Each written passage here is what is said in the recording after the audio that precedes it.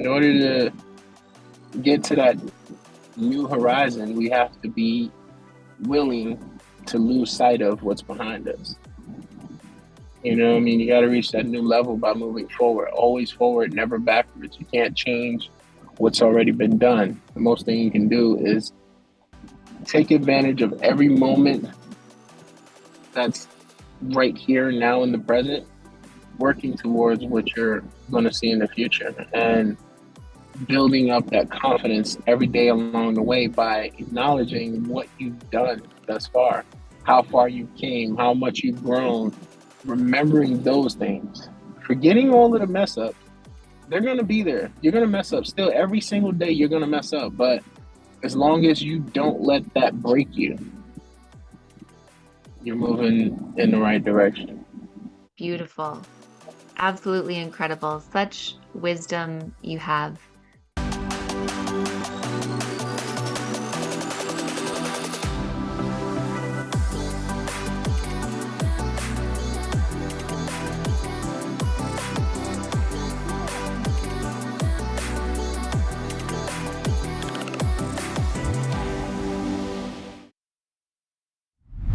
Welcome back to Flourish or Fold. Today we have with us Quinton Aaron, who was the star of the Academy Award-winning film The Blind Side just about a decade ago. Now, I'm sure you've seen a lot in the media about The Blind Side, the Tui family. We are actually not going to talk too much about that today. We are going to talk about the life-changing moment when Quinton got the call and received that role, and how up until that moment there were actually many similarities between himself and Michael Oher. Now, Quinton's gone on to do amazing things in Hollywood and also just released his hit single, Lead with Love. Join me now for an intimate, thoughtful, and meaningful conversation with The Blind Side's Quinton Aaron. Well, welcome back to all of you for a very special episode of Flourish or Fold Stories of Resilience, where well-known people have the opportunity to share their lesser well-known behind-the-scenes stories of challenge, change, and complexity. And today I have with me an incredible individual. You've probably seen him on the big screen. He's a big guy and he's on the big screen. Quinton Aaron. He was the undisputed star of the Academy Award-winning film, The Blind Side. And Quinton, I'm so delighted to have you with us today. Thank you. Thank you. I love that. I'm so happy to be here with you. I'm so happy to have you. How are you? How's everything? Everything is fantastic. You know, one of the things that came up for me as I was introducing you and I was doing that tongue twister of Academy Award winning, I was thinking to myself that I think a lot of people sort of confuse you and Michael Oher, and like they kind of think that your lives are the same. So are there similarities between the two of you, and what are some of the significant differences? There's not really many similarities other than I think we kind of look similar, but that's about it. He was raised in the foster system. He grew up in the foster system. I grew up with my mom, loving mother who raised two boys, much like yourself. And yeah, we had our struggles growing up and everything, but we made do. And I remember everything she taught me. So my life in comparison to Michael Oher's is completely different because, I mean, it's the same in a sense to where we both had a dream of doing something great and we followed through until it became our reality. So I guess, you know, if you look at it that way, that's how our lives parallel each other. I love that similarity, that you both had a dream of doing something great and that it intersected in his football career and you getting to be the one to portray that story. That's so beautiful. Thank you. Thank you. I love it. I love it. Well, you know that our sort of core question here on Flourish or Fold is really about how you have effectively faced challenge in your own life.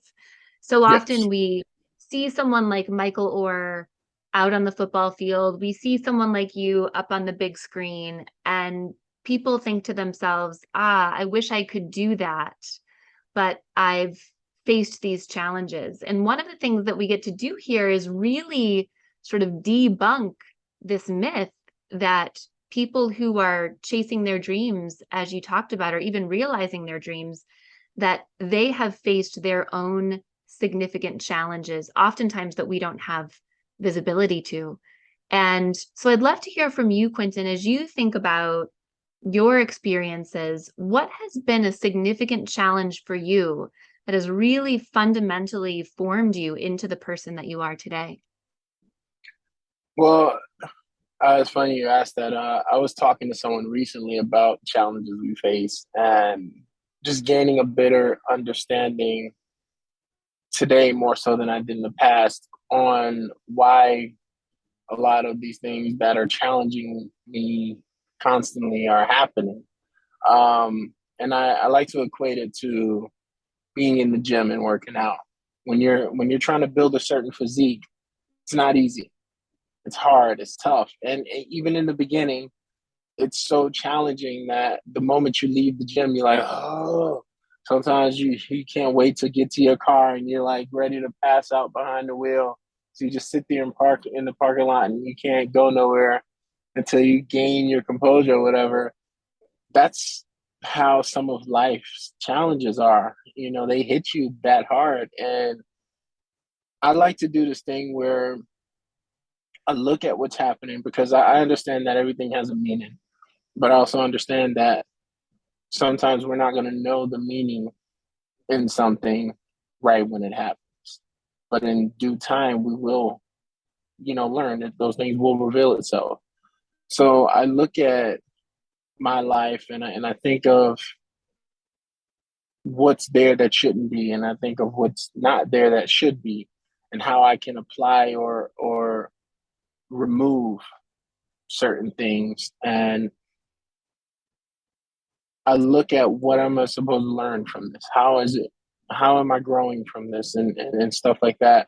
Because I've faced so many challenges over the years, a lot with my health that not a lot of people know about because I never really talked about my heart condition or diabetes or anything on social media. So this you're getting exclusive. But I yeah, feel like I feel like TMZ right now getting that exclusive. you know, they're gonna what Quinton heart problem? What? No. Yeah, I learn to take things as it goes. I'm grateful for every day, but I understand these challenges are not meant to be setbacks, but setups for something greater. I look at everything that I face and I think, how can I use it to help someone else going through the same thing? Um, how is this making me stronger? How is it gonna help me help someone else? Because at the end of the day, I'm a server. I like to help people. I get my joy in helping people. So when I'm faced with a challenge, that is kind of hard to me because of my faith. I turn to God. I also have some friends and family that I can turn to and help, ask for help when need be. But for the most part, I just try and think about why I'm going through what I'm going through and how is it going to help in growth or what's the purpose behind it. You know, Mm-hmm. it's Mm-hmm. that's kind of like my train of thought. There was a so I have a story I want to tell. There was this was during COVID.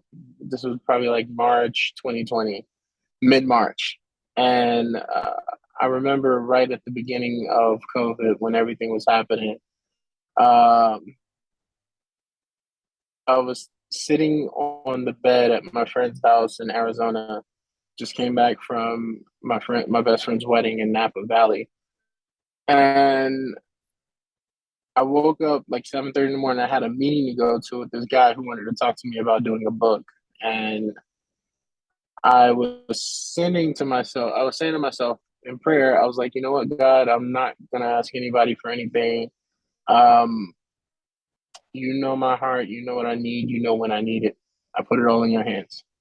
Oh, I do have a question now. And this is me talking to God. I was like, I know you didn't create us to live in fear, but there's a lot of fear being spread right now. With COVID, everyone's afraid. People are getting sick and don't know why. Should I be afraid? And those are my two, things that I prayed about.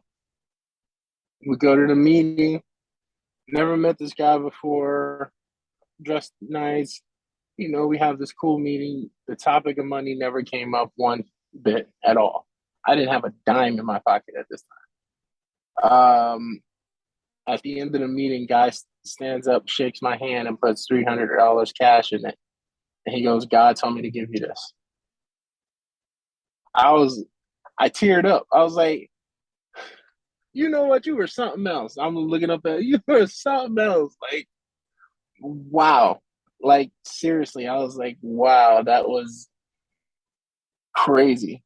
And it caught me off guard completely. I hugged him and everything, said our goodbyes.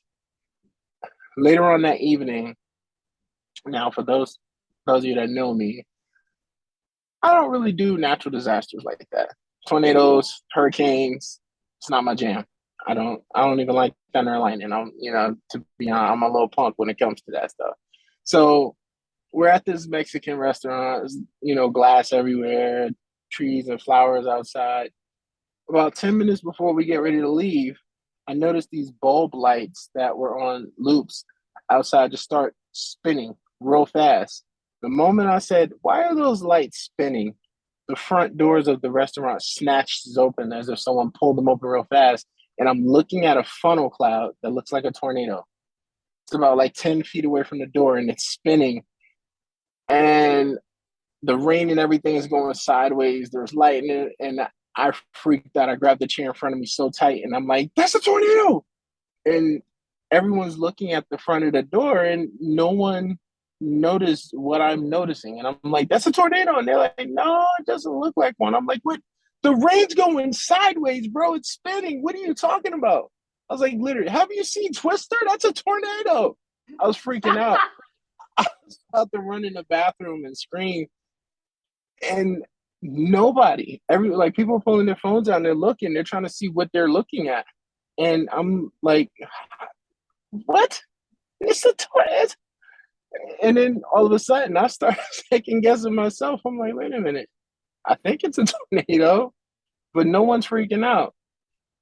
And then so I felt this overwhelming sense of calm come over me. And I loosened my grip on the chair and I'm looking. I'm like, maybe it's not a tornado. Then I'm like, you know what? If it's a tornado, there was like bushes, trees, everything right outside the door, cars in the parking lot. All of that's going to be trash when we go out there. Y'all watch. So the fear went away. As the fear went away, the storm went away. The doors closed back and we're sitting there. So about 10 minutes after that, paid the check, got up and left. Now, outside the door where I saw the storm was a rose garden. There wasn't a flower out of place. There was not a rose petal out of place. No leaf off the tree, no car messed up, nothing. I only had water. Like, why did, okay, all right, I'm tripping. Let's forget earlier when I said there was a tornado. Clearly there was not a tornado. We get in the car, we back out, we pull out the parking lot, turn back down the street we drove on the way here. There's debris everywhere. Street signs bent over, metal street signs, tree knocked down in the street. At the end of the road, there's a cop or a sheriff putting flares down, directing people through the traffic. So we pull up to him. I put down my window and says, sir, what happened here? The cop goes, man, you missed it. About 10 minutes ago, there was a tornado just flew over there, knocked down everything, and it stayed right over there. And he's pointing at the restaurant. He said, for like a couple minutes, and then it just disappeared. I said, I told y'all it was a tornado. I went crazy. I was like, I knew I saw a tornado. I thought I was crazy. I thought I was crazy. Woo, I was going crazy. And they was like, oh, wow, I guess you was right. I said, no crap, Sherlock. I know I was right. Like, I told you. And then we get to this other place and they go into the bar. So I'm standing outside. It's like pitch black dark now. And there's like a million stars in the sky, not one cloud in sight. And I'm sitting there, I'm leaning on the car and I'm looking up at the stars. And as clear as day, I heard this voice say to me, if I can bring your deepest, darkest fear to your doorstep and not let it harm anything or anyone around you, why are you afraid? And I was like, wow, he's right. He's right. Now, I mean, I don't know, but I tell myself to this day that was God answering my prayer, because I literally said that morning when I sat on the bed, I prayed about two things. One, I'm giving all my cares to him because he knows what I need and when I need it. That man gave me $300, which turned out to be the exact amount of money I needed to get back home to Albuquerque from Arizona. I didn't know I was going to have to pay for my bags at the airport and then take a car from the airport back to the place. Literally, the $300 that he gave me worked out to be that exact number. And I was just like, wow, hey, listen. And then the whole thing, it was till this day, I just, if I needed any other validation, just knowing that took place the way it did gave me all the reassurance that I needed to know to say that, we're not in this alone. No matter what you're going through, no matter what you're facing, God is there. And I'm forever a believer because of that. And he's shown me more than once, several times over the years with everything, with losing my mom, with even when I was diagnosed with congestive heart failure. It's the same thing that my mom passed away from. That was a very scary time for me.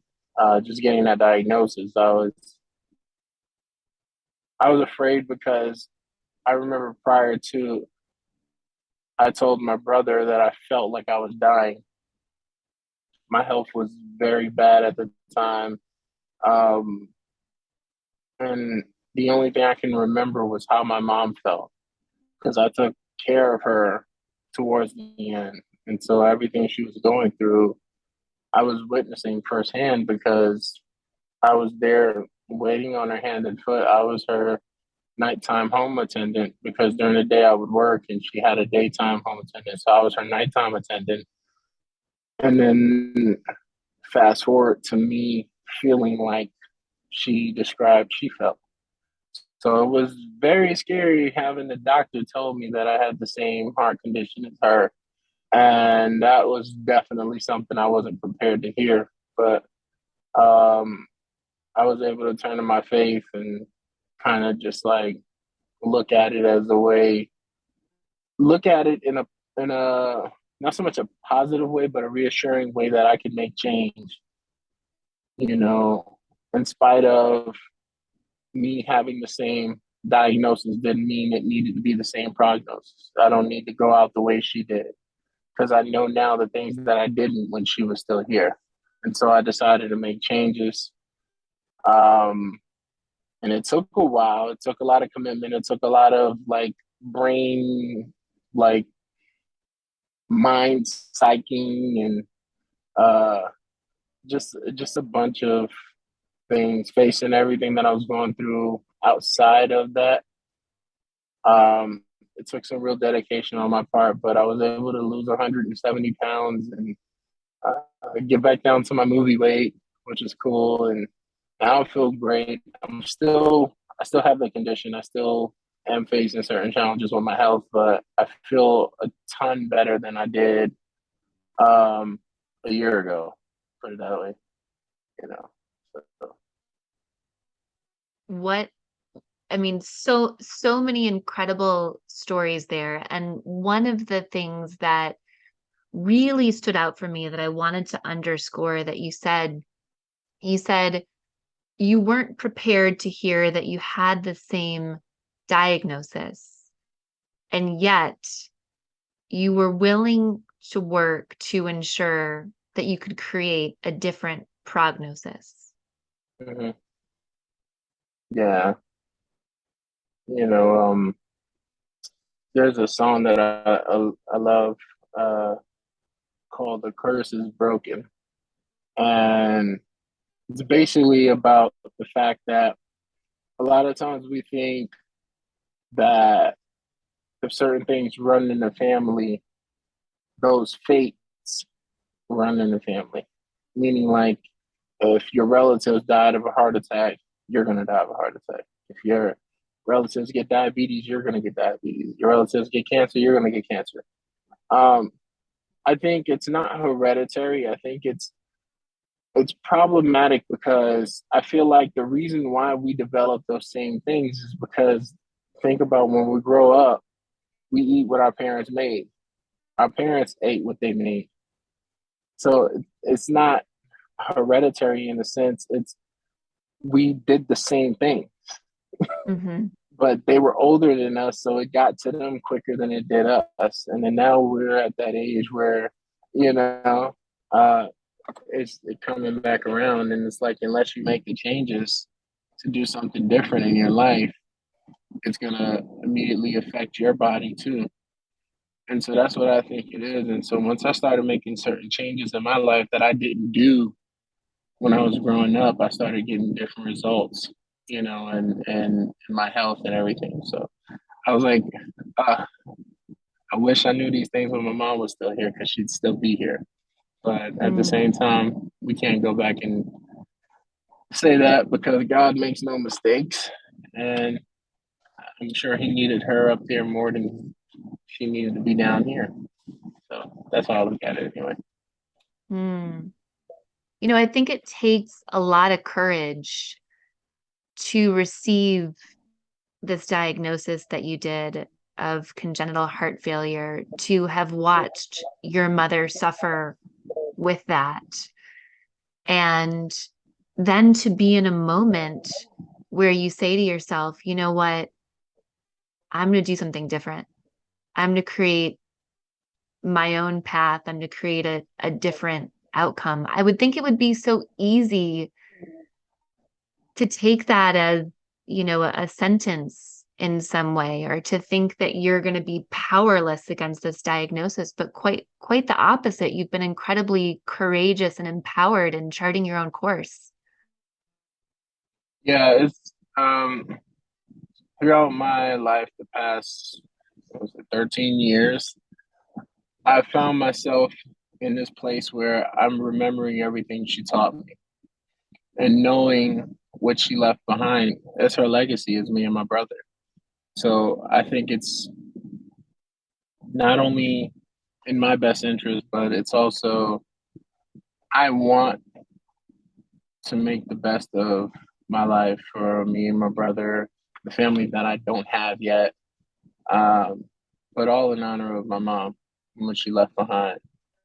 She believed in me when no one else did. She's the reason why I'm in the industry I'm in because she taught me to believe in myself. She put me in drama in school. She told me I was good, and I believed her. Um, she kept everything 100 with me, and there was no reason for me to ever doubt her. She never told me little lies to help, make things easier. It was if something was what it was, she told it. If it wasn't, she told it. Like if I sucked, she would tell me. My mom was like Simon Cowell in a sense. Like, listen, baby, you need to work at it some more, okay? That wasn't it. That wasn't nope. Mm-mm. I'm not gonna let you go out there and embarrass yourself. That was not it. Go on, keep working.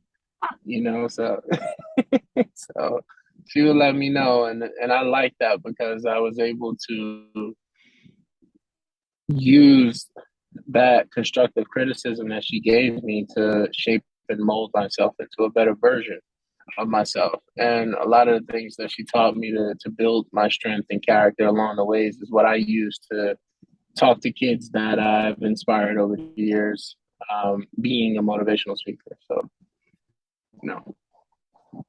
Thanks to Yeah. mama. Mm. You know, one of the stories that you have that I find so powerful is what was happening at the time when you learned that you got the role in The Blind Side. Do you Yeah, want to that was tell that story? yeah, we can talk about that. So um we had just went through me and my brother had just went through one of the coldest, darkest winters uh ever to us, the way it seemed anyway. Our mom passed away August 30th, 2008, and for the life of me, I could not get a job that in the rest of that year. All the way till February, late February of 2009. It was a security job I got doing security at a commercial, on the set of a commercial at Silver Cup Studios where they shot 30 Rock. And I remember it was like a 7 day job, paid me $1,000. And on the last day, we're like down the hall from where they shoot the show 30 Rock.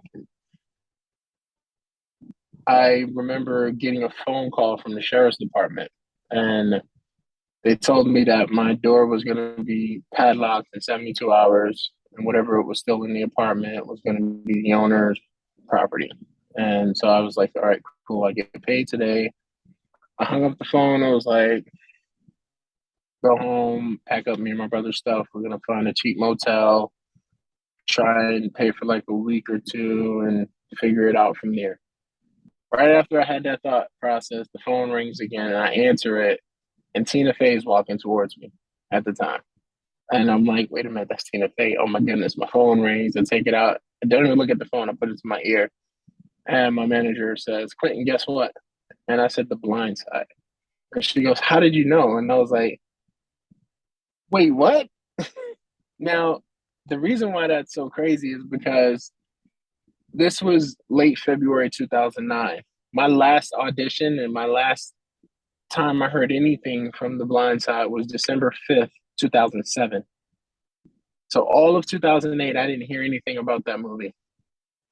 But I always remember my mom saying, whatever they're going through, the movie's on hold for some reason, but there's no way they're going to do it without you.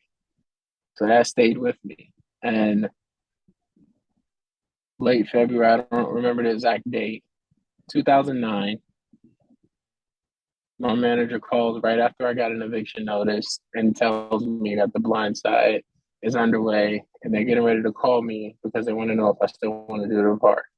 I'm like, yeah, I hope you told them yes. Like, and she was like, yes, someone from production is getting ready to call you right now. So I was like, okay, hang up. After I hung up the phone, Tina Fey is like right there now. She saw me freak out. And so she said, what happened? What happened? I said, first of all, I love you. Hi. and First, introduced hi. myself to her. Exactly. Exactly. I was like, Where introduce are my myself to her. manners? Where are my manners? I know, right? Exactly. Like, I was like freaking out. And then I told her, I was like, it's my manager. I just booked a lead role in a major motion picture, little things. And she goes, oh, that's awesome. Wait a minute, but aren't you a security guard? And I said, correction, I was a security guard, but now I'm an actor. Mind you, I didn't get the phone call yet. So this is all before production calls me. But I just knew. I was like, it's mine. I know it. My mama said it. I know it. I don't doubt mama. You know? So, oh man, it was so cool. I had that little interaction with her. She left, and then I was like, okay, phone rings again. It's production. And then they're like, Quinton, hey, how are you? This is, I forget who it was that called me, but they were like, yeah, I work with the production for The Blind Side, and we want to get you down to Atlanta right away to start your training. So I was like, define right away. It was like, let me get you down there the next couple of days. I said, I could go tomorrow. It's like, awesome. Yeah, I'll book you a first class ticket. And I said, can I bring my brother with me? Because I kind of have no place to leave him. It's like, we will get you 2 first class tickets tomorrow. I said, thank you, Jesus. I hung up the phone. I went home and I told my brother, who he fell back on the bed laughing. And he said, "Oh my God, yes." That was the first time I seen any emotion from him since our mom had passed. Mm. So from August 30th till late February of '09, that was the first smile or any bit of emotion I seen. Like he didn't even cry at the funeral. It was just blank. It was nothingness. And I just remember through that whole time, I was so scared because I didn't know how he was going to react. I didn't know what he was going to do. You know, I was just always like, please don't let me come home. And, you know, those thoughts was going through my head. So when I saw him fall back on the bed and start laughing in joy, I was like Sandra Bullock in the scene where I told her I never had a bed before. And she walks out the room into the other room and starts, I went out the room into the other room like, oh, oh, oh, oh, oh my God. Thank you.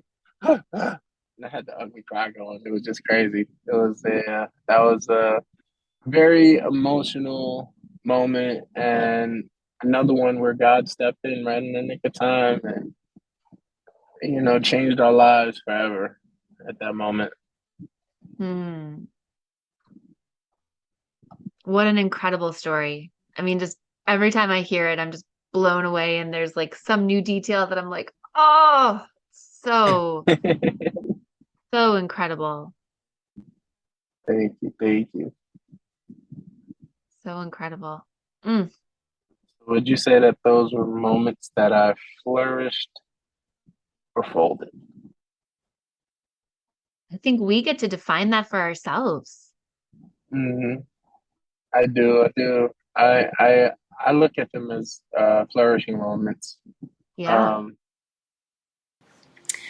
For all of you listening in to Flourish or Fold Stories of Resilience, I want to share with you an online course that we have on our website. We're going to go ahead and drop the website in our show notes, or you can go to www.resilience-leadership.com and check out our offerings. We've got an incredible course for you called Flourish, the 5 Practices of Highly Resilient People. So if you love what you're learning about in this podcast, if you love these conversations on resilience, if you love hearing about how you can more effectively face the inevitable moments of challenge, change, and complexity, or the 3 C's as I call them, in your life, then go ahead and check out our online course, Flourish, the 5 Practices of Highly Resilient People, because what you are going to find is a one-on-one tutorial with me around each of those 5 practices, as well as an introduction and a conclusion. We've got hours of content that is going to allow you to engage in direct coaching and learning with me on the 5 practices. Go ahead and check it out, and I hope you'll join us in our online course, Flourish, the 5 Practices of Highly Resilient People. I definitely have moments where I felt like I did some folding, but I feel like I reversed those actions, you know, because at first you don't succeed, or sometimes you're not looking at things with the perspective you need to. So I did some folding in the past, you know. I definitely messed up some opportunities that I wish I could take back. But you know, um, what's done is done, and we just got to keep moving forward. You know. Yeah. Yeah. Yeah. I mean, Nelson Mandela said, you know, the key is to just stand up one more time than the number of times that you fall down. Mm-hmm. Right. And I Yeah. think this idea of flourishing and folding is like that too. It's not that we're not going to have moments that are wonderful and moments where we're like, oof, you know, that could have gone better. And I think the idea is like, you know, we try one more time. Exactly. I like it. I like it. I know. much like in life, as opposed to the gym as well. Like I said, I like to compare the two. In the gym, after you finish your workout that was so tough, you got to get up and move on to the next thing. You know, you got to get up and move on to the next machine. You can't, when you finish that exercise, you can't just sit there and stay there the rest of your life. You know what I mean? You got to get up and move on to the next thing. And so that's basically, that's what I like to compare the two. You know, exercising in the gym and life is the same thing. All right, I faced this challenge. I got through it. All right, move on. Next challenge. There's always going to be another challenge. Day by day by day. That's why you take it one day at a time, live in the moment, and enjoy it, because tomorrow is a whole different beast that you haven't seen yet. You know, and you just got to prepare yourself. Each day is preparing you for the next. So I feel like the stuff that I've been through is preparing me for the stuff that I'm going to go through. And I think it's with all of us. I think we should all aim to continue flourishing in life, because we're going to have those moments where we fold. It's going to happen. No one's omitted from pain. No one's omitted from grief. No one's omitted from struggle. No one's omitted from any type of adversity. We're all going to go through it, and we're all going to experience it. But it's those things that show us how strong we are. They show us what we're capable of, because if we never went through any of that, we wouldn't know. We wouldn't have any idea. Like, I wouldn't know I can bench press 315 pounds until I do it. You know, I wouldn't know that I can deadlift 450 pounds until I did it.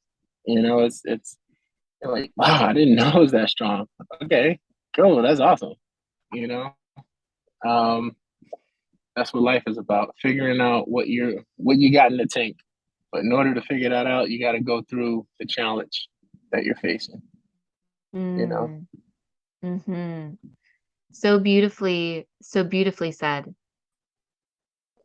Thank you.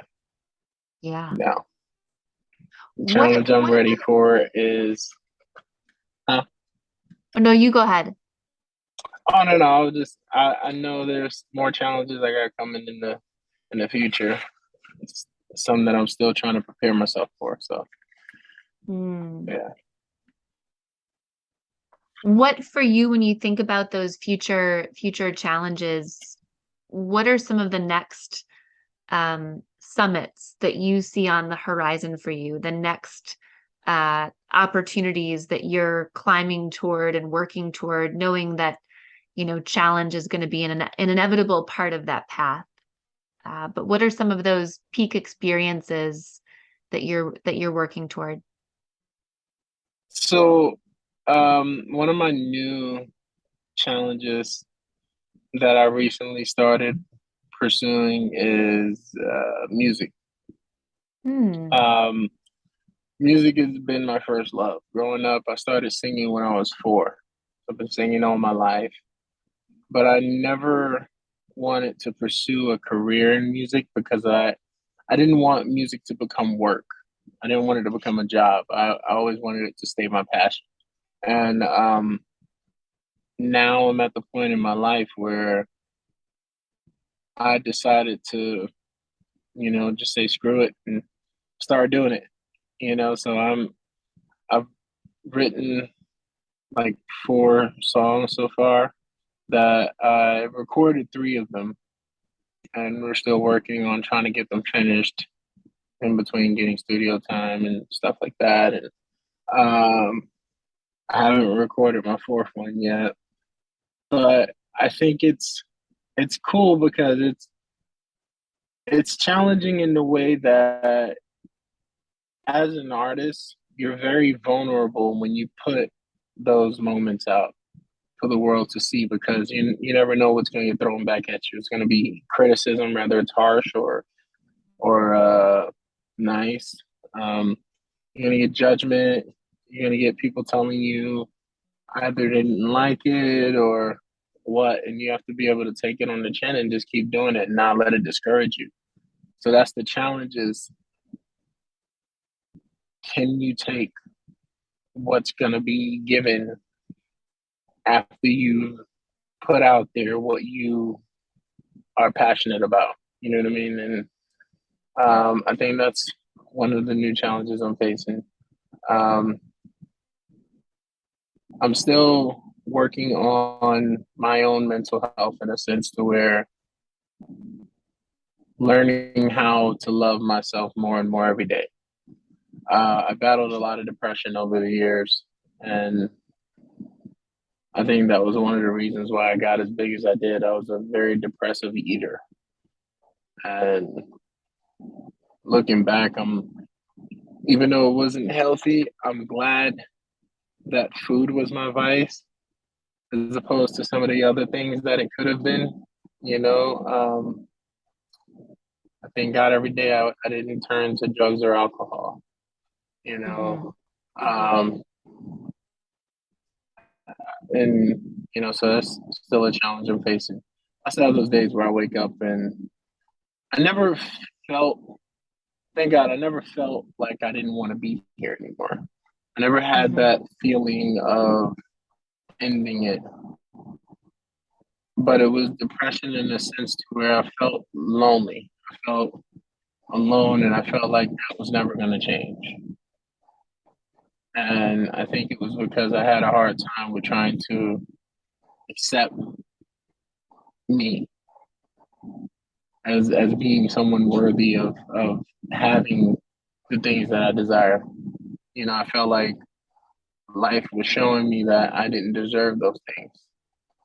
And that's what was depressing to me. And so I was like, but someone told me before, they said, you know what, you have to figure out how to be happy with you by yourself.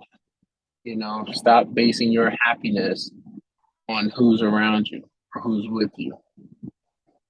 Find out how to be happy all by yourself. Because at the end of the day, when you only have you, you can't just be miserable because no one else is around. And, and that made so much sense to me. And so I started trying to do that. I started, it's probably when I'm 38, still single, never married yet, no kids, but I do want to change those things. And I know that in order for those things to change, I have to get better with accepting everything about me, learning how to love everything about me so that I can see the value in my worth and hopefully present the best version of myself at all times. And then once God feels that I'm in that place that I need to be, or that He wants me at, that sweet spot He wants me at, then she'll come along. So that's how I look at it. Yeah. I've said to people in the past, I've said, our capacity to love others is limited only by our ability to love ourselves. Yep. If we want to be able to love others more, we have to learn to love ourselves more. What we get to do is we get to love ourselves more. We practice with ourselves. We practice love with ourselves, because if you never really learn how to love yourself fully, flaws and all, can you really say you learn how to love someone else? Because the moment they do something that you don't like, you know what I mean? And if you don't like those things in you, you're not going to like them in other people. If you resent certain things about what you do, if you see someone else do the same thing, it's going to make you resent them or dislike them. And so it's really important to practice self-love. And I'm a big promoter of that. My first single that I'm going to be releasing in the new year, it's called Lead with Love, because I believe in leading my life through love, and it's a inspiring, motivational song that I think everyone will love. It has a pretty catchy chorus. I don't remember. Did I send it to you? I think I sent it to you. You did send it to me. I love it. Oh, okay, okay. I was trying to remember that I sent it. Cool. I love it. Yeah. Thank you. Thank you. I'm Yes, excited for it. I'm excited too. So, in addition to your newest role as musician, what what is the next role as an actor that you would like to play? Ooh. Um, I want to play the guy that gets the girl. I definitely want to do that. I'm a sucker for rom-coms because I'm pretty funny, or at least I like to think I'm pretty funny. And You're very yeah, funny. I can give you that independent. Yes. nice, nice. Yeah, so I wanna do some rom-coms. I want to do some action. It's always been my dream as a kid to be an action star. I actually thought I was gonna be the first Black James Bond, but Idris Elba had to come along. But so a guy could dream. But I definitely want to do some action. I want to do some romantic comedies. Um, I mean, I'll do some more drama if the right one comes along, but I wouldn't mind doing some love stories. I actually created some cool concepts for all of the above. I'm not really big on horrors, but yeah, love stories, romantic comedies, and action. Those are my themes. I'm here for all of it. That's super Nice. exciting. Well, anything else, Quinton, that's coming up for you that you just think when it comes to resilience, mental health, well-being, that you want to make sure that you have an opportunity to share? Um, I want to encourage people to find someone that they're comfortable with sharing everything with. Mm, And when I say sharing everything with, I mean everything that you feel that it's best to keep to yourself, it's not. And so many people today practice keeping everything bottled in, and that's just a self-destruct mechanism that we need to throw away. You know what I mean? We all have a boiling point, and keeping those things in is going to make that boiling point uh, come to pass very quickly.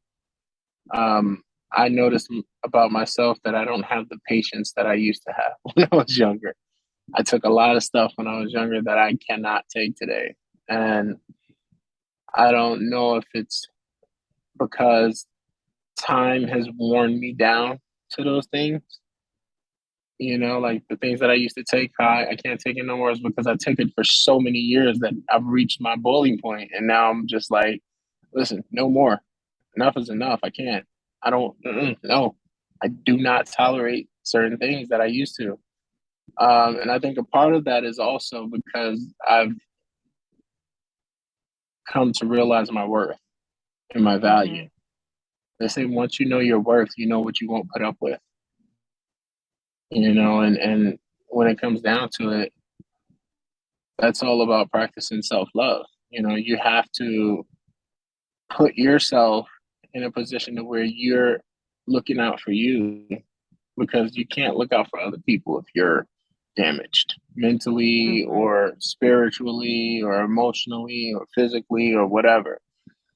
Make sure you're good so that you can, instead of harming those around you based on your own demons, you can help those around you based on your angels. And mhm. um I'd rather fight this war with my angels than my demons. Yeah, Got my angels by my side, helping to keep the demons away. You know, so yeah. I love that. Yeah, and I believe you're right. I think we just have less patience for people's crap hmm when we get older. And the better that we feel about ourselves and the more we step into the full complement of our worth and value, the less likely we are to put up with things that don't align with knowing what our worth and value truly is. exactly, Yeah, it's so cool when you get to notice just how awesome you are. And it's not from a arrogant or a conceited place. It's just saying, wow, I had no idea that I was capable of that. It's cool. Like, I've had people ask me, "Do you watch your movies?" And I'm like, "Yeah, I watch my movies." They said they hear actors say all the time, "Oh, I never watch my stuff," and I'm like, "Well, I'm grateful to have been in the opportunity to where I can say I'm living out my dream. Mm-hmm. So I'm gonna watch those projects. Like when I one of the things I remember when I was a child is I was inconsistent in finishing tasks. I would always start and stop stuff. And Mm-hmm. I've failed a lot of things in life because I would never follow through. I would never stay committed all the way through. I would start and stop and start and stop. That's why over the years my weights went up and down, up and down, and up and down. And it's just once you have that mindset that lets you know what you're not going to tolerate anymore, and you now see the work that you didn't see before, you're moving with a different purpose. So I feel like I'm moving with a different purpose in life. I know what I want in the long run. I know what I'm tired of not having. And I know that there's things that I really need to do and commit and follow through with in my life in order to get them. And until I do those things or start doing those things, I'm not going to have them. So the reality that's everyone's reality. Sometimes we look at the things going wrong in our lives and we think that God is to blame or anybody but us is to blame. And we're like, why this or why that? I always say, okay, let's reevaluate the situation. There's either something that I'm not doing that I'm supposed to be doing, or vice versa. There's something that I'm doing that I'm not supposed to be doing. And we need to figure out what that is and recalibrate this engine so that we can get it going, work out all the kinks. It's like a car. When you want it to run well, you put the best gas, you put the best oil, you put the best tires, the best brakes. Make sure that you're good. You don't want it to run well, you don't care. You put the cheapest gas, you put the cheapest oil, you put some mediocre, old, worn down brakes. You might crash and burn, but you get what you paid for. So Mm-hmm. in order to get to that new horizon, we have to be willing to lose sight of what's behind us.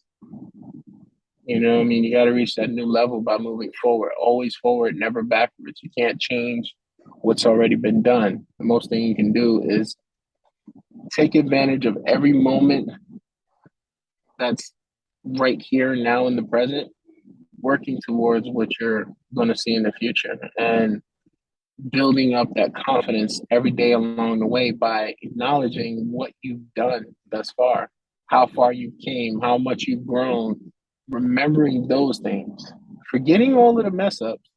They're going to be there. You're going to mess up still every single day. You're going to mess up. But as long as you don't let that break you,